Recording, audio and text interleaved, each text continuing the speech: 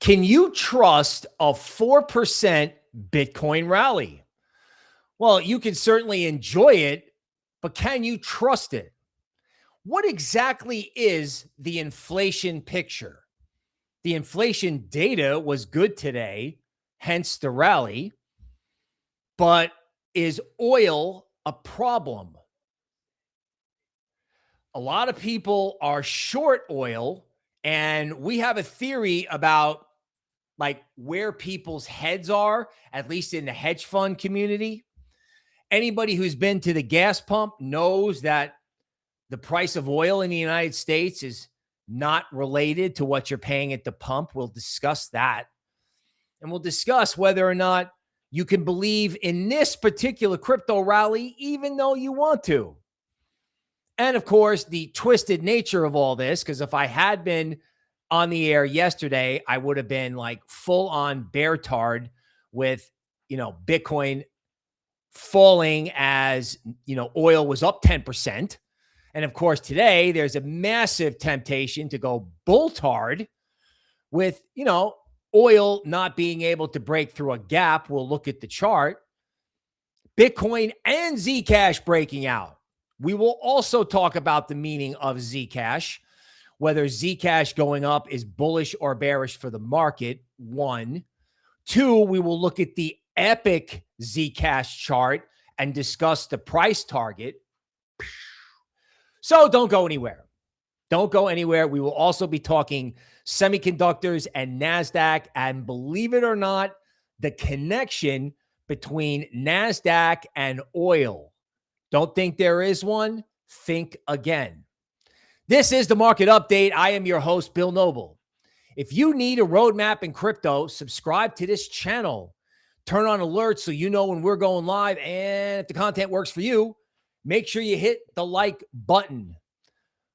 Okay, now let's talk about NASDAQ and Froth first. Do you realize that hedge funds have piled into semiconductor stocks along with retail? So hedge funds no longer want to fight the retail tidal wave. This blue line is inflows into semiconductor stocks by hedge funds. So everybody is now long semis. An ideal thing to do when it's, gone up 500%. Absolute total FOMO. Now, I'm sure the news will continue to be good. The earnings from these companies are unbelievable. NVIDIA fundamentally is cheap. There's going to be no stoppage in demand for chips. The only thing that will stop it is that they're going to run out of electricity for them to plug all these machines into.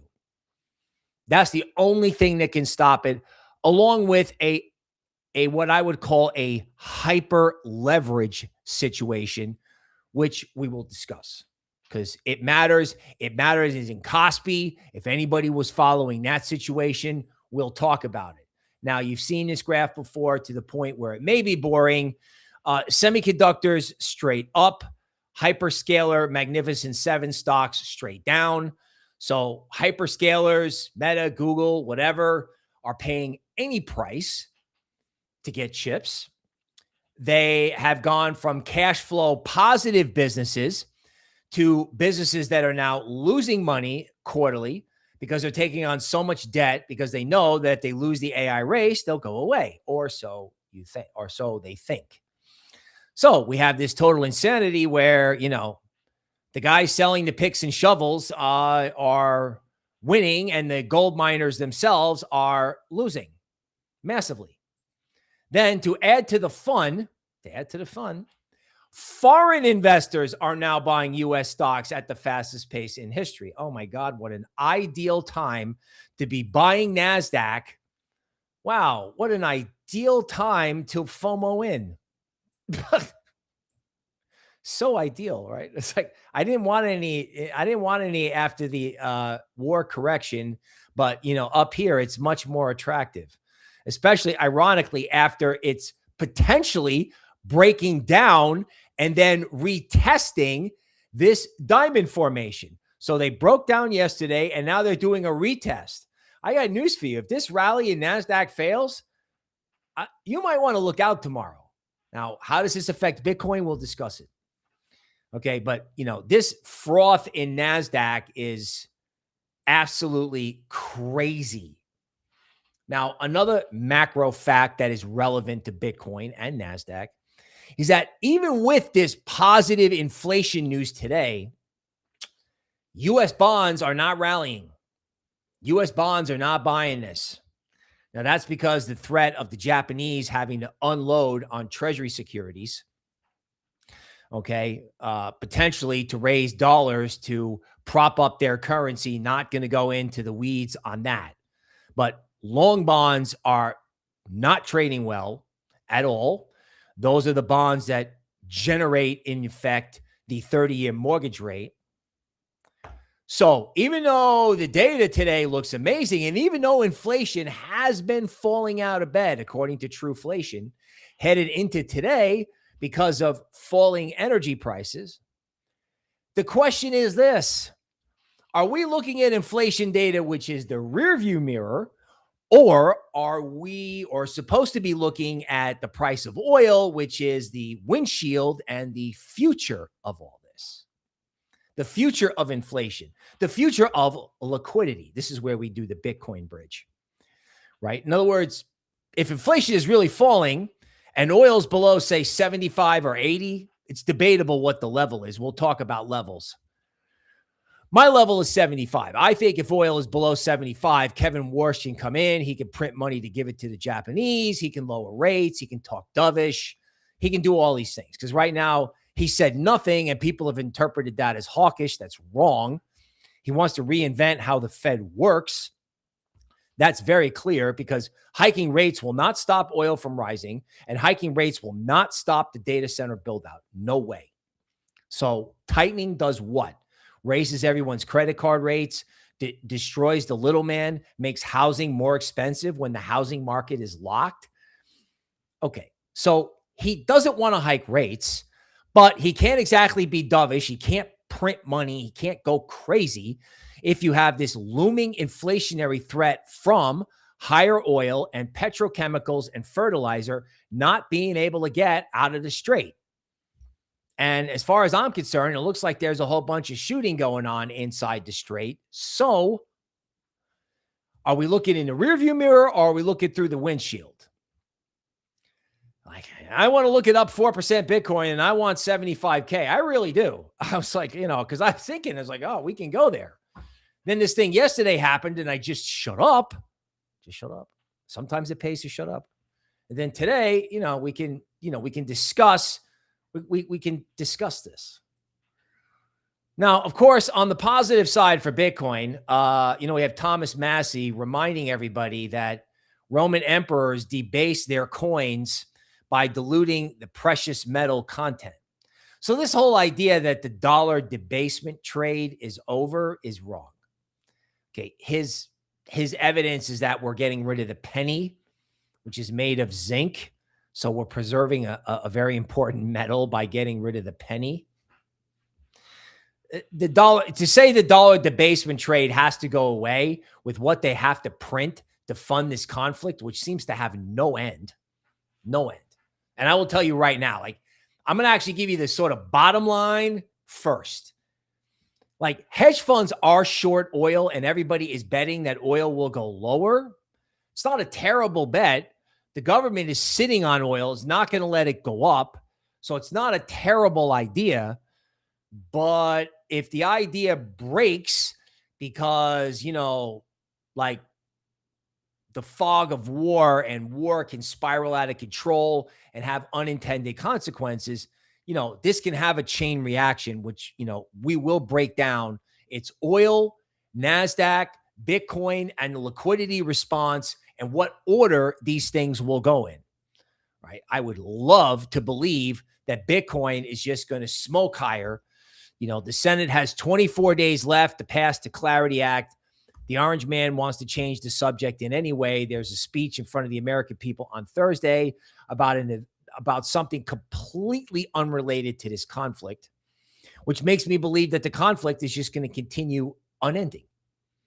They're just not going to stop because our foreign policy is not made by us. I can't say anything more than that, obviously. So it's just going to continue, right? I mean, the only reason it stopped is because of the 250th anniversary of America. They just hit the pause button, and that was fake.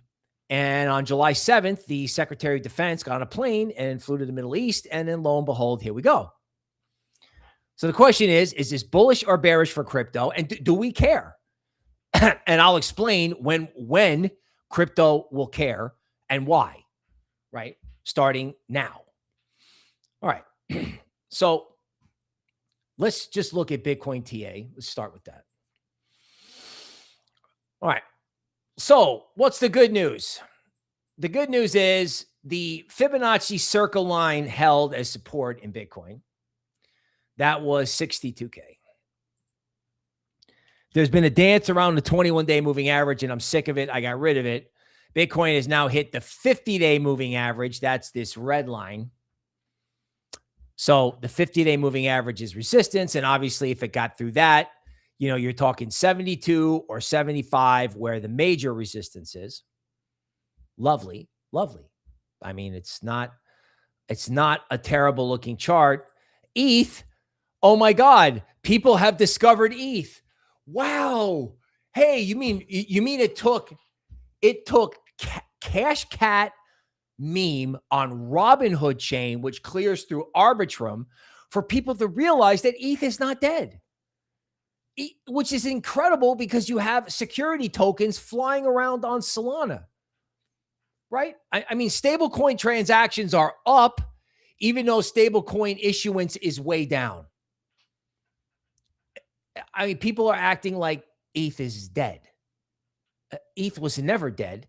But, we had to have a meme coin trade on Robinhood chain for everybody to wake up because ETH is above its 50-day moving average and is headed for resistance at 2K. There's a ton of good news in crypto. There really is, right? Solana is trying to do a reclaim of the old range, right? The old range the bottom was 77.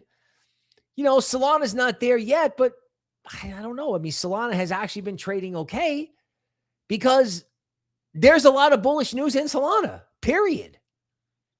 And then, of course, as somebody is noting on the stream, there's Zcash. So Zcash retraced 62% of the most recent parabolic, hit 382. Zcash is currently trying to press a Lux Algo trend line, which is a part of a giant diamond. And if Zcash broke out of the giant diamond, Lux Algo is already trying to put a support shelf in.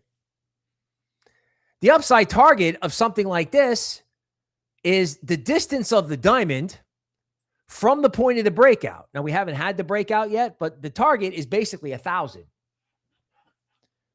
All right. So keeping this very crypto focused, is Zcash going to 1,000 bullish for crypto as a whole? And the answer is no, it's not. Zcash was mooning and Bitcoin was going down or doing nothing. Arthur Hayes was on the tape making fun of everybody. By the way, Arthur Hayes got out of Zcash. I wanted to buy a deeper dip. So everyone who loved Zcash, the bus left without them. So classic. But when you have Zcash, and I don't know, Decred was up 20% at one point last week. It came off. But when you have these baby Bitcoins rallying, generally speaking, it's not great for the market. Big picture. So Zcash to 1,000, obviously, if you long Zcash, it's party all the time. But I don't know that that's constructive for Bitcoin at all if it became a one-coin market. And of course, it makes sense because everyone is long Bitcoin. Everybody is long the Bitcoin ETF. Everyone is in love with Bitcoin. And then you would have the thing that people don't own that's not in an ETF, that people don't understand, that at least has some privacy function to it in the age of Skynet, would move. But it's not exactly what you would want for the overall market. Now, this also brings up, is XRP dead? Is it dead? Now, my argument is Garlinghouse hasn't done anything this year. I guess it's a bear market, but Garlinghouse hasn't done anything to advance the XRP case this year. The good news is XRP has broken out of this downward sloping trend line. Money flow may start to go positive. XRP is in this range, this downward sloping Lux Algo triangle. So XRP has got to break out, but if ETH and Bitcoin just smoked higher, XRP would go to $1.40. And, you know, anyone who's going to tell me that you're going to have stable coins, look, people, listen, if we're trading on Robinhood chain, which is on Arbitrum, which is great because I know a guy that works there. I'm so happy for them. If we are doing Robinhood chain on Arbitrum and we are going to say that XRP does not have a function and cannot move, that is ridiculous. It's just ridiculous. It's insane. Like, we have taken layer ones, the top cryptos, and just written them off like they're not there. I mean, it's welcome to the bear market. I mean, it's just, this bear market would make you insane. Okay. In other words, Crypto Princess today asked me, how am I doing in the bear market? Looking for some kind of like funny response. My response to how I'm doing in this bear market would not be funny. Now, there's no, there's a reason why the word cry is in crypto. Like I have got tank tracks on my face, to put it mildly, right? It's not a bear market. It's a tank market. Let's leave it at that.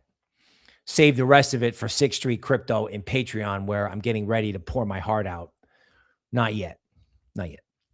We got to go over some of this like fundamentally important stuff. Okay. So I've established a bull case in crypto. Now, somebody just asked, what do you think? Do you think it's going higher? I think it should. I think it should. But I think we got to talk about oil. I think we got to have this conversation, because Just Dario is out with this. And I think, he could be right. He could be right about this. And if he is, I'll tell you how to trade Bitcoin. So in 10 words or less, you don't want to be a hero in Bitcoin and FOMO in now. You want to buy Bitcoin if this oil semiconductor chain reaction happens and then the Fed comes in. That's when it's the ultimate Bitcoin buy. I don't know if you should do it now. Okay. And I do like NEAR a lot. I'm going to look at it, but I want to do this first. Okay. So here's oil. This is American oil now. West Texas Intermediate, CL. You have this downtrend line. Oil gets to the downtrend line. Oil gets to the 50-day moving average. Oil gets sold. Why? Because hedge funds are short out the wazoo. Hedge funds are buying insurance against an up move. According to Just Dario in the derivatives market, they're scared. Now, what are they short? Right?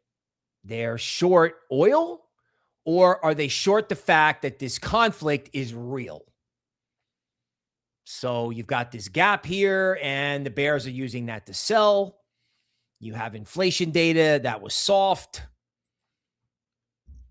Uncle Sugar does not want oil higher, but as most Americans know, oil went from 100 to 60 to 68, and prices at the pump never changed because all of the oil in the United States has been sold to everybody overseas. That's why there hasn't been an oil shock. Everybody just turned their tankers around, came over here, filled up, and left, and there's no oil here. And if there's an inflation shock or a problem with oil, it's going to be with the refiners. The refiners who make oil and diesel, they can't get oil. They don't have any oil. That's why gas prices in the U.S. are up or stayed up. So, ironically, you personally have more visibility on oil when you go to the gas station than you probably do watching oil. That said, There are plenty of reasons to think that this conflict has no end. None. They had this whole MOU game for the 250th anniversary of America. They lifted the malaise. They made it look like the orange man wiggled his way out of a disaster. And then on July 7th, the Secretary of Defense got on a plane and went to the Middle East. And I was like, well, so much for Independence Day, because now we're implementing somebody else's foreign policy. And we're just at it again. I mean, it does look like we're blowing up abandoned buildings, abandoned bases, abandoned towers, but there's all kinds of stuff going on in the Strait. Like, ships in the Strait are easy targets. And we don't know who's in charge of what's going on in the Strait at all. At all. I think without this, oil would be massively lower. But what if it isn't? Like, this is what we really have to discuss. So what are hedge funds doing? They are short oil and long semiconductors. Now, what happens if something occurs and oil stays above 75 and heads for like 90? 90, if you look at the chart, in US oil, 92 is equilibrium. 68 was the discount zone. So a move to 92 is not unreasonable at all.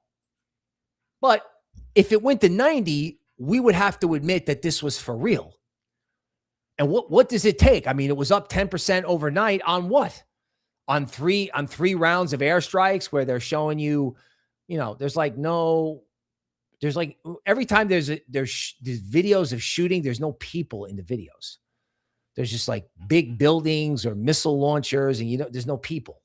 I don't see any people. I don't see any caskets. I know that's grim. I don't see it.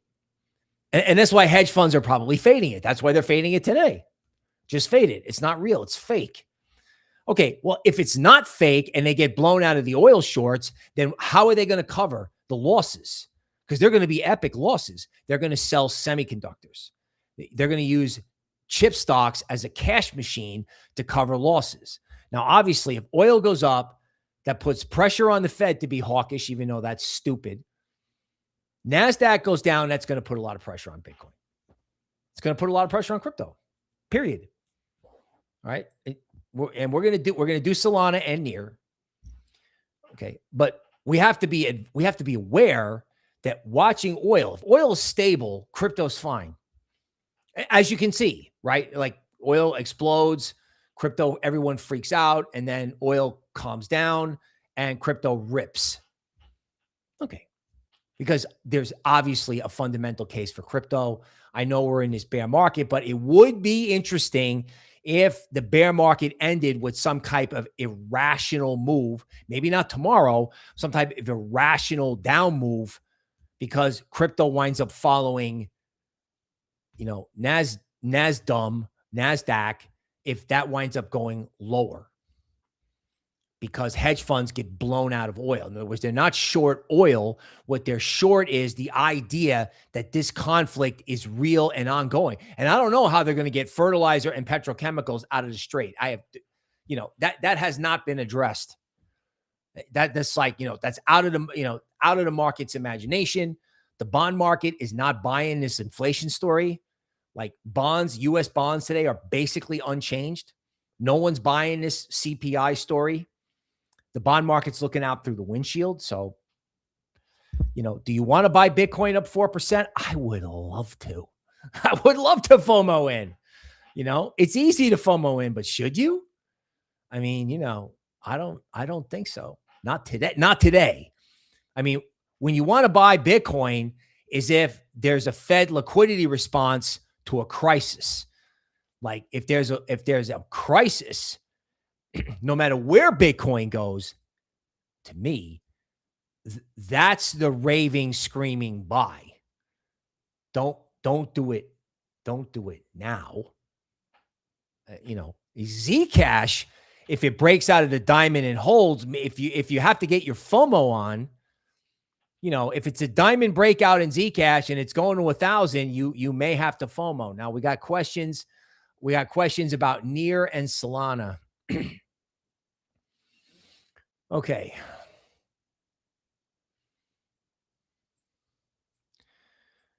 So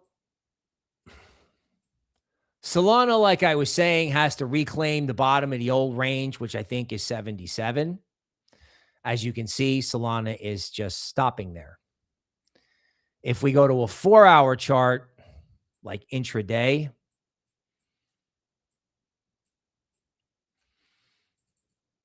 okay,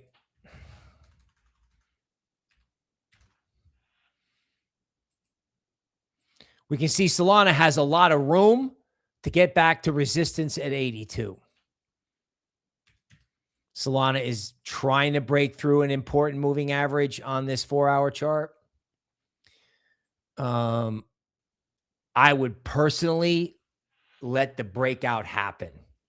Like, be bullish, but don't buy resistance.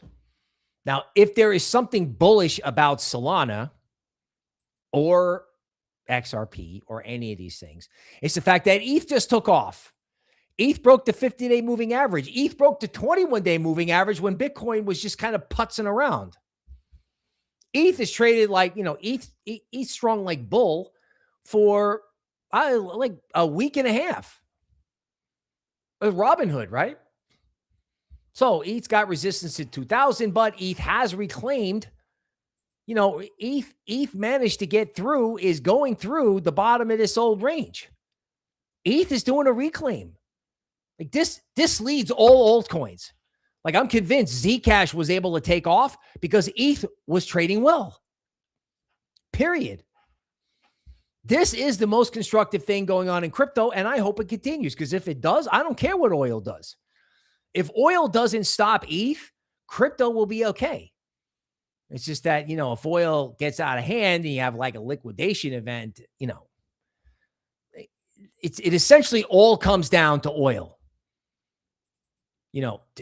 It's Taco Tuesday. I think today's Tuesday. Yeah, today's Taco Tuesday, and I haven't seen the taco yet. AERO is trying to break out. That's in the ETH universe. This is trying to get back above an important trend line. We had kind of a false breakout there. Yeah, I would love to see it. Love it. But it's not there yet. Like, all of these things have rallied to resistance minus ETH. Okay, so near, same drill. Looks great. Nice retracement, I'm sure. Let me see. Yeah, I mean, it's beautiful, right? Near retraces 62% of the move up. That was $1.77. But Luxago has inserted resistance at 2. So, you're going to need a real taco to get out of this. And the CPI data was great, but you have to remember, with these numbers, algos come in and buy stuff, and then they sort of go back to reality. So does oil go up or does oil not go up? If oil can't go up, then ETH is going to smoke, take altcoins, and eventually Bitcoin with it. I mean, people have completely forgot about the age when if ETH is moving, forget about it. I mean, ETH can be a freight train. It can take the whole rest of the market with it. Oh, God, I love that. That's why the title of the stream is, Do We Care? God, I hope not.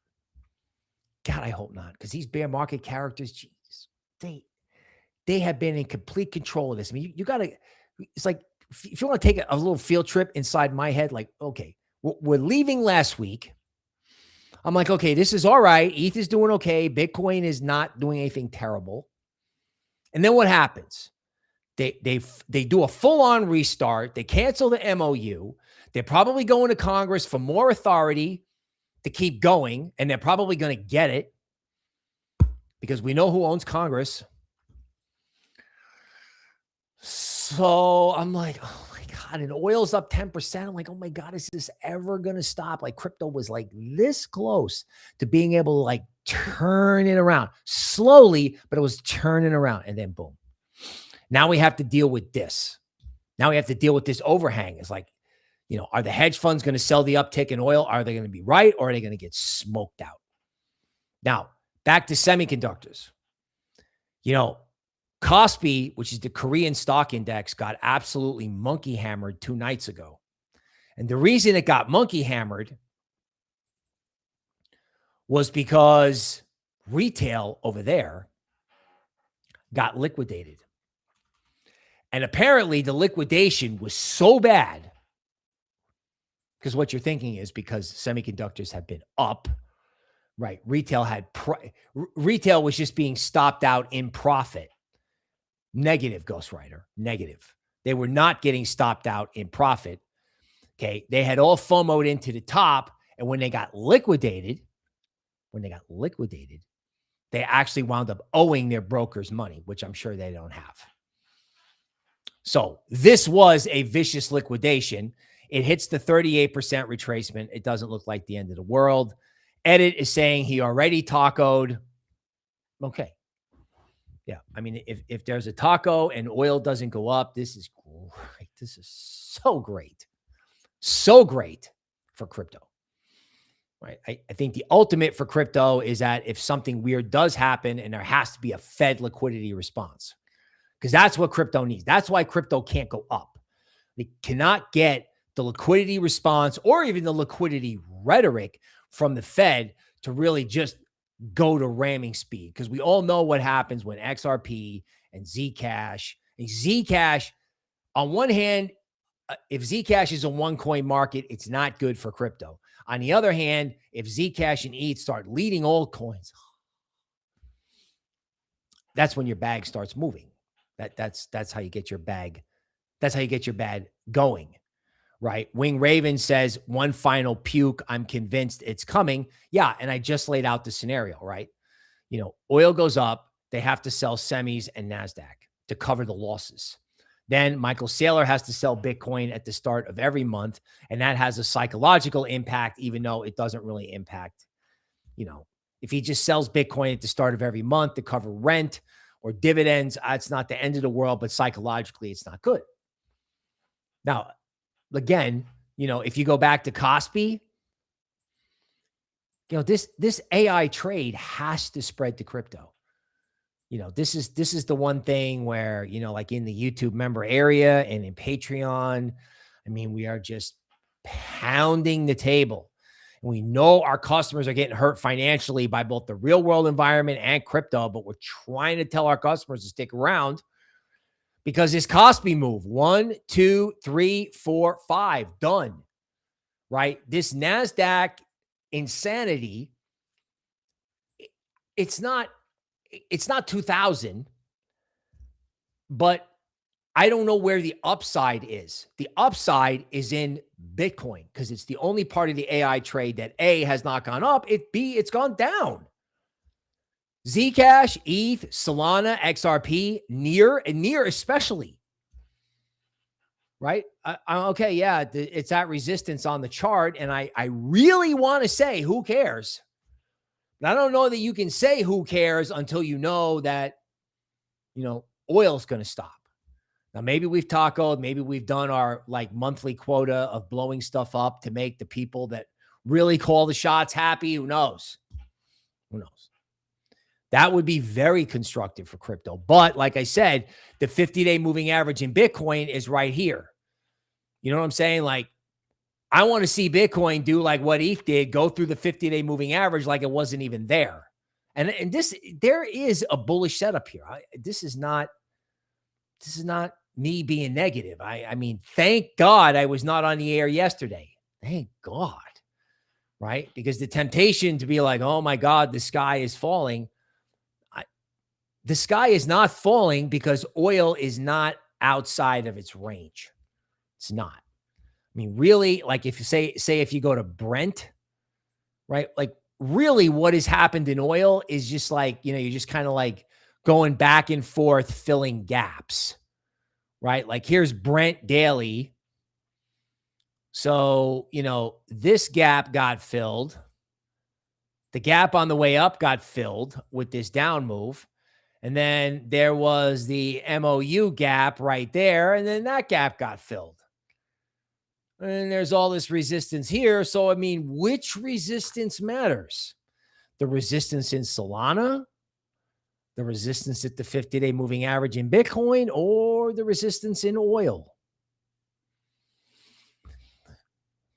I think you have to look, the bond market is not impressed. And the Iranians have no reason to quit. None. Like, their stuff has been blown up. They probably don't care about the welfare of their population. Their population has had a currency go to zero and water shortages, and this has been going on for years. What incentive do they have to not, like, their back is against the wall? And again, it's not that people are short oil. It's that people just don't believe that this whole thing is real. Right? So, I think if you broaden it out, if oil is below 90, no one cares. So you can have ETH and Solana and near rally, honestly, if oil's below 90. If oil is above 90, which is very far away, I mean, Brent is at 83, but if oil goes through 90, then semis are going to crack. Bitcoin is going to go down with NASDAQ, and then you don't buy Bitcoin until the Fed steps in. But, in the meantime, no one cares. No one cares. Like, if you've run around going, Chicken Little, oh my God, the sky is falling, it's a geopolitical conflict. Toby will tell you when I try to do this during our disaster corn segment, which we're actually thinking about turning into a separate show. If you want to see disaster corn become a separate show, like a news show, let us know in the comments and down below. That would be helpful. It has not paid to worry about this. I mean, oil went to 100 and they relentlessly shorted it. And then once it got there, Toby's target was 120. It printed 120 and it went straight down. And I think without this conflict, oil would be at 40. So you don't really have to worry about it unless oil is above 90, which is the oil market telling you that there is some type of real serious problem. We're out of oil and the strait's closed, period. Period. And all the propaganda in the world is not going to change that if oil gets loose, because that's going to impact hedge funds. Uncle Sugar's P&L could be affected by that. Somebody from Uncle Sugar, it's got to be the Fed. And who's got a trading account? The Treasury, the Fed, or these guys are working through some private sector proxy. I don't know. But that is what determines what goes on in crypto, period, end of story. Right? May want to look at Triple V with a falling wedge. Now, that said, all of this said, we just published for Patreon Platinum that there is a stealth bull market going on. There's a stealth bull market going on, right? So with this, DEXE has done an 8X. That was something Toby picked in April, right? Triple V, I don't know. It broke out of this accumulation cone to the downside. So, that's not terrific. Nothing outperforms forever. But, I'm sure it's hitting a very interesting fib number. It's kind of between the 50% and the 62% retracement. It's hanging out around the 50%. That's not good. It's not terrible. I mean, clearly it was at $20 and now it's at 11. So, that feels like discount shopping. There's a lot of discount shopping in crypto. There is. And there's a stealth bull market going on in trading and DEXs and security tokens, DEXE, backpack, all this stuff. Now, I don't know. Maybe some of that stuff has gotten a little bit frothy. Aave was going up before Bitcoin moved. Like, don't tell me that there's no crypto narrative. Oh my God, the crypto narrative is so unbelievable. And we keep screaming this from the top of the mountain. And I understand why no one cares, because everyone's bags are hammered. But I mean, this turns around. Like, if you have a Fed liquidity response and an actual AI agent issues a meme coin or starts a DeFi protocol, this thing is going to start screaming. ETH is telling you that. I mean, if ETH can go up on something goofy like Robinhood, then ETH is dying to go up, because what a ridiculous catalyst. I mean, wouldn't it be funny to look back at the history of this bear market and say that Cash Cat on Robinhood created the bottom? It can only happen in crypto, right? So the crypto case is there. And if you were long these coins and you wanted to stay long these coins, you know what my attitude is? Force them to blow you out. Force them to force you out would be my comment. Because you know what? If oil goes above 90 and there's some type of event, you're going to have a growth shock.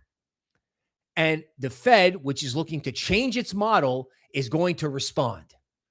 This whole thing where oil goes up equals the Fed tightening, I think that is absolute total bunk. No rate hike is going to stop oil. No rate hike is going to stop data center.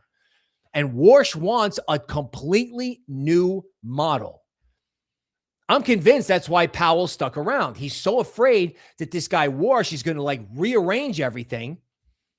He's going to rearrange the furniture to such a degree he wants to be around to protest. He's afraid of what Warsh is going to want to do to how the Fed operates. And this is wildly bullish Bitcoin. It's just a question of when. It's like the machines coming into crypto, right? It's wildly bullish Bitcoin. I mean, this whole idea that computing power is so scarce, right? It's like, oh my God, they're never going to be able to do any of this. And, the compute bills are going to be out of control. That's all. That is not true. They're effectively on their way to overbuilding data center and capacity. Otherwise, like Anthropic, 1 minute they're like, 5-hour limit on Claude, 5 hours, you're off. We don't have enough compute. Then the next thing you know, ChatGPT and Google release new models, and the 5-hour compute limit on Claude is gone. How did they do that? What, did they just have like a whole bunch of compute pop out of the grass like dandelions? No, they have the compute to do all this stuff, and they're definitely going to have it 6 months from now. So don't tell me they can't get agents loose and have agents be in DAOs and, establish some rules and have these things just go crazy. They're going to go nuts. I mean, Coin 360 was reporting on what's up today. And it's like the who's who of what we've been talking about in the YouTube member area. ETH beta assets, Curve, which we've talked about, Lido, which we've talked about, Injective, that we've talked about, a fast layer 1 for agents, AERO, which we've talked about, and of course, Near. ETH beta assets are moving. It's not just ETH, and the ETH beta assets have been moving. AERO was moving 2 weeks ago. Aave was moving. So it's like, oh my God, right? Yeah, Country Club Hillbilly says, why is Meta selling excess compute? Exactly. This whole idea that, oh my God, compute is so scarce, they're going to have to buy every chip and they're going to have to buy this forever. That's all shit. That is wrong. That is absolutely wrong. Now, of course, it doesn't matter until it does. And the only point that it will probably matter is if they get liquidated on oil. That's when it'll matter, because right now there's no incentive to sell. They washed everybody out on Kospi, but, retail's in, hedge funds are in. Nobody wants it to go down, but if it did start going down, you would have liquidation. And that, ladies and gentlemen, is the super, super juicy opportunity to get a hold of some Bitcoin, right? It's like, this is a good way to say it. This is like from the type of reports that we give people.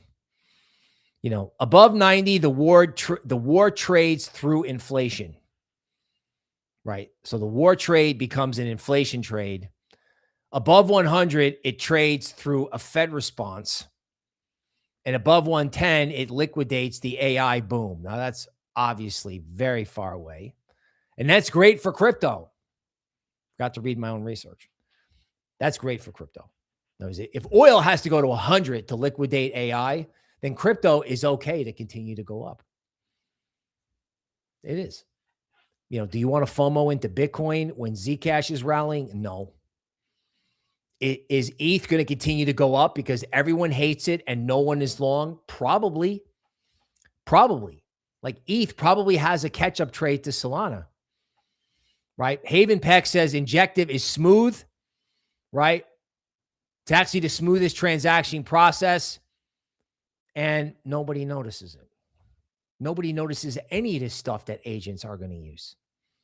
Country Club Hillbilly says they need to beef up the grid in the U.S., and that is the bottleneck. That's why I think these chip stocks are just stupid. Like, what are they going to plug all this into? Like, AI is viewed as hugely negative by the public. No one wants a data center in their area, and electricity bills are already slowly going. It's just like a parabolic. It's just like keep going and going. It's gradually and then suddenly. Because we haven't invested in the grid. I don't know why, because we're too busy building windmills or all this green stuff that is just a total doesn't work. It's never worked. It was never going to work, right? Grandpa Keeter is sitting on a bag of SEI for a few years. Anything left? And then somebody wants to know, is this the worst crypto bear market I've ever seen? All right, well, those are both really good questions.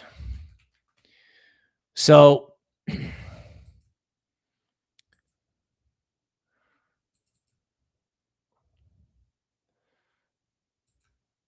it's very hard for me to tell somebody to sell when it's all the way down here.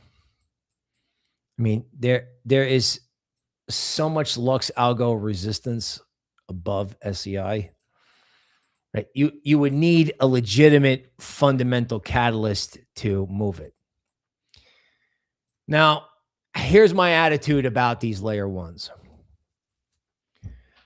You're actually not going to know what layer ones are going to move until the machines actually get here.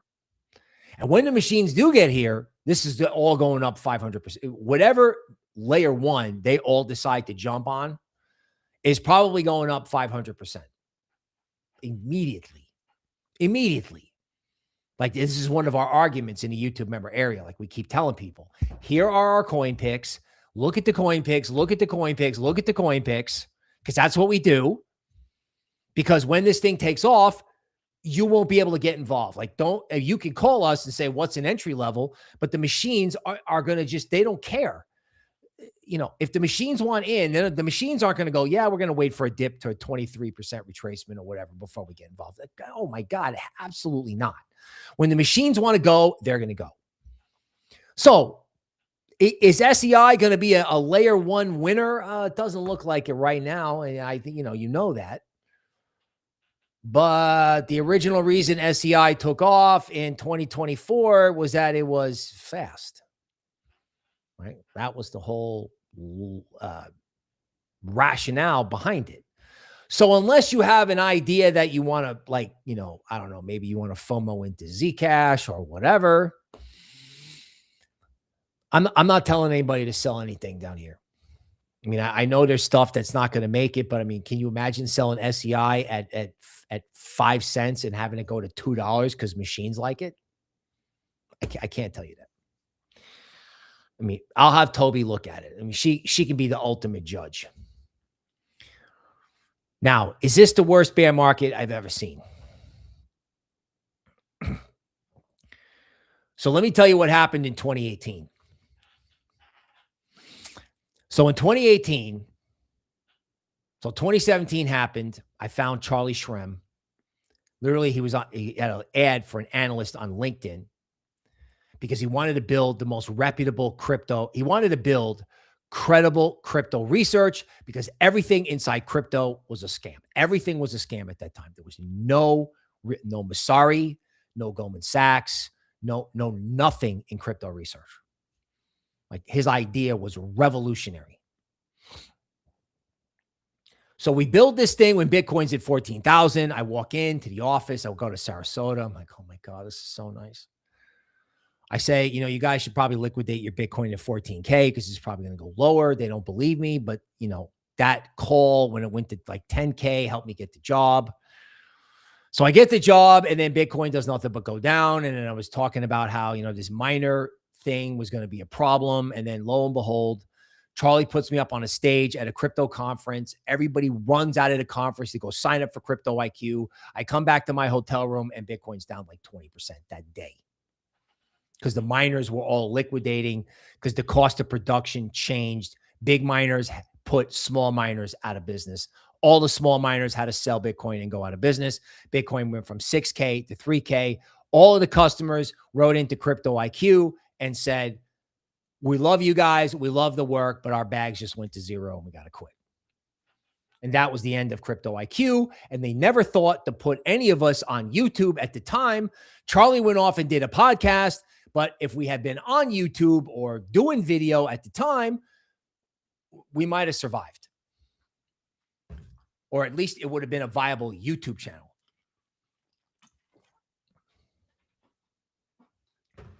So that was horrible. Because I had just left, I had just left Legacy. It wasn't Goldman, but I left Legacy. So I wound up they used to call them greeters, but it turned into an asset protection role, checking receipts at a local Walmart. Not fun at all. Could barely walk out of the building from standing for 8 hours in front of the door. So that was bad. And then that continued to where, you know, I had to move to a different city, you know, got different jobs at Walmart, dairy refrigerator, stuff like that. When, you know, found Tokenmetrics found me. I didn't get the job the first time around. The guy that they hired naturally was younger and a computer guy, tried to steal their code. So they came back to me. And then I eventually did like cryptotherapy and I did Chartworks on Ian Bellina's live stream for 20 minutes on his Sunday stream. And then I became an analyst. And then Tokenmetrics ran out of money. They ran out of money. So we basically had to work for stock options and we had to work for free, basically. Which I was completely willing to do because I totally believed in it. Oh my God, I totally believed in this. Can you believe this guy was into AI and crypto in 2019? And he had like a Charlie Shrem. He wanted to attach a Charlie Shrem style content unit to this AI program. I mean, oh my God, this was so ahead of its time. It was ridiculous. Then cough, cold, and flu hit. The Fed prints 14 trillion in 1 month and crypto's off to the races. And it turns out, you know, out of maybe the last 7 years or 10 years, I had 3 years with them where I actually had a real job until FTX hit. And then, you know, that all the politics and that all fell apart. Just came unglued, you know, and when it comes unglued, your whole life comes unglued, just so you know. Like when you're working in the crypto industry, when a bear market happens, your whole life becomes unglued. So now in that case, I was able to go to work for somebody else. They were effectively sponsoring the channel. And that's when I had a channel. So I started my own channel. I had a sponsor. Everything was okay. And then the sponsor blew up and just didn't pay me anymore. Just stopped. So here I am. You know, we got this, you know, we effectively got an apartment that was effectively a studio. Not an apartment that was effectively a studio. No money. No job. So I go out, I get 2 jobs. I go to security, I go to UPS, being a helping people do Amazon returns. This store was overrun because it was the only store in his area where all these rich ladies were coming in to do returns and the lines were out the door. So I figured out a way to just like wave these rich people in and assist them with their Amazon returns, get them in and get them out. And then I joined a high-end Silicon Valley security firm, which I absolutely loved. And then we threw open the doors to Patreon. We just threw open the doors. I was working downtown. We started 6th Street Crypto.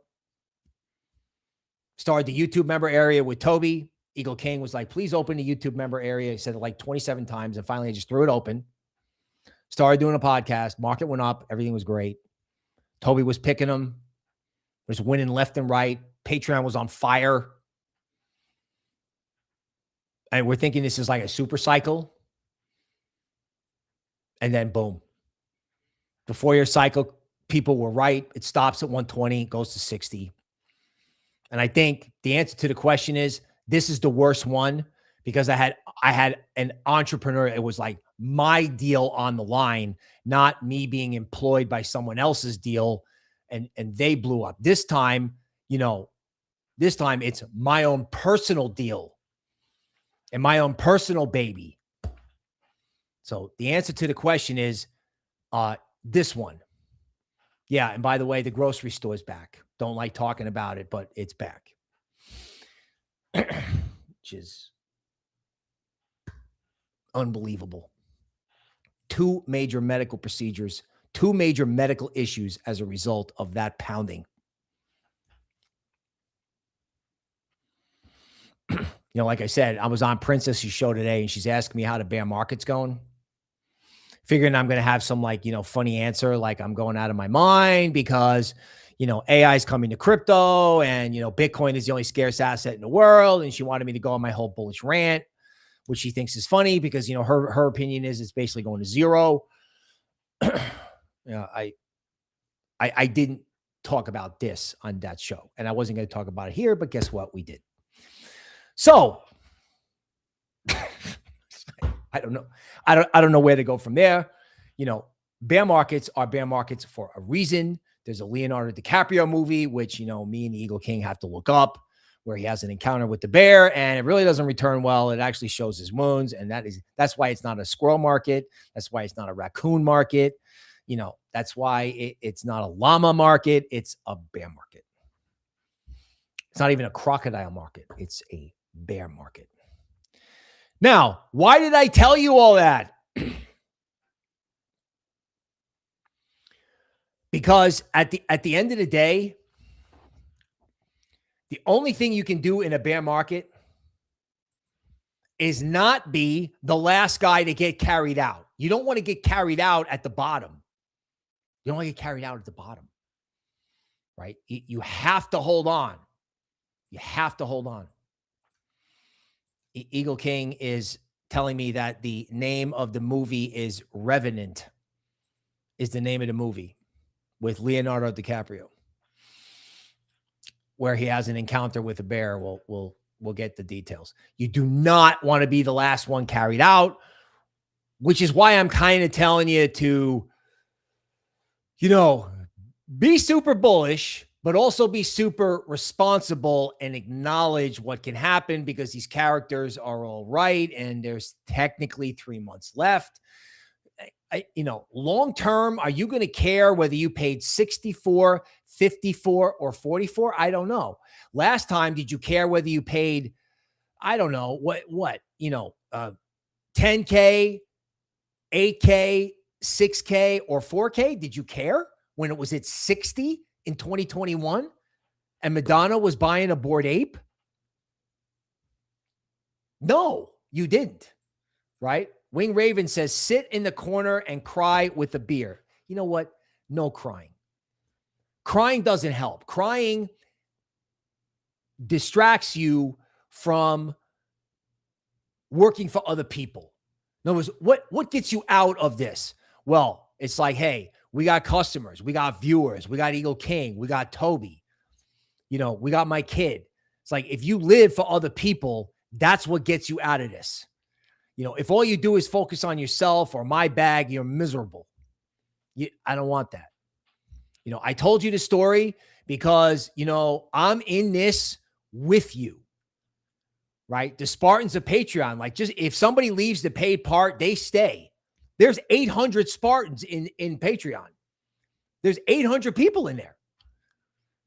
Now, some are in the free group, some are in the paid group. We appreciate all those people in the paid group. I got a meeting on Thursday. I'm bringing new TA into this that's going to blow everybody's mind. I'm convinced as soon as this guy teaches me how to do this, you're going to have people moving into the paid groups because this is mind-boggling stuff, mainly because it's TA that not everybody can see. It's like Lux Algo in a way. It's like everybody's not looking at this. So you come back, you talk to Stormrake, right? You go to Bitcoin Vegas, you hustle. Don't just sit here and let the bear run all over you, right? Crypto Punch is coming back. Dude, we appreciate everybody who's there. And we know that as soon as people's bags start recovering, they're all coming back in. Because we got list upon list upon list. We know what's going up when the machines get here. We already know. This is what we've been working on. Like we as in me and Toby decided that instead of jumping on this bear train, we were going to pound the table on what's next. Now, were we early? Yes. But you got to be early if the machines are coming. Okay. So this stream has wound up being longer than I thought. I gave some personal information there. I don't know if you liked it or you didn't. I don't know who's left listening. But that is the market update for today. I got to go. Hopefully the Eagle King is still awake. We will see you tomorrow.